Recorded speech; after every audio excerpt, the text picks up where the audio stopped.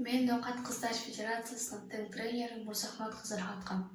Қырғызстан ақырғы күнді аялдарға ең қауіпті мемлекеттердің қатарына келді. Бұл эмне президентти, жогорку кеңеште отурган депутаттарды биринде ойлондуруп койгон жок. Же бирөө чыгып туруп, биз бул ишке, бул маселеге, бул көйгөйгө чара колдонобуз деп бирөө да айттыбы?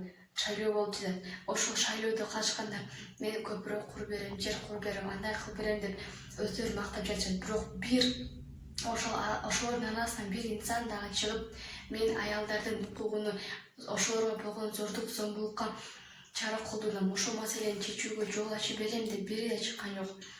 Же эмне аларга ошончолук эле барберби? Аялдардын укугу тейлөнүп жатса, аларды зордуктун астында калып жатса, алар ошого кантип карап турушат, алар кантип ошого чыдап жатышат?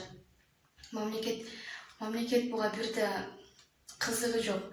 Мамлекетке эмне барберби?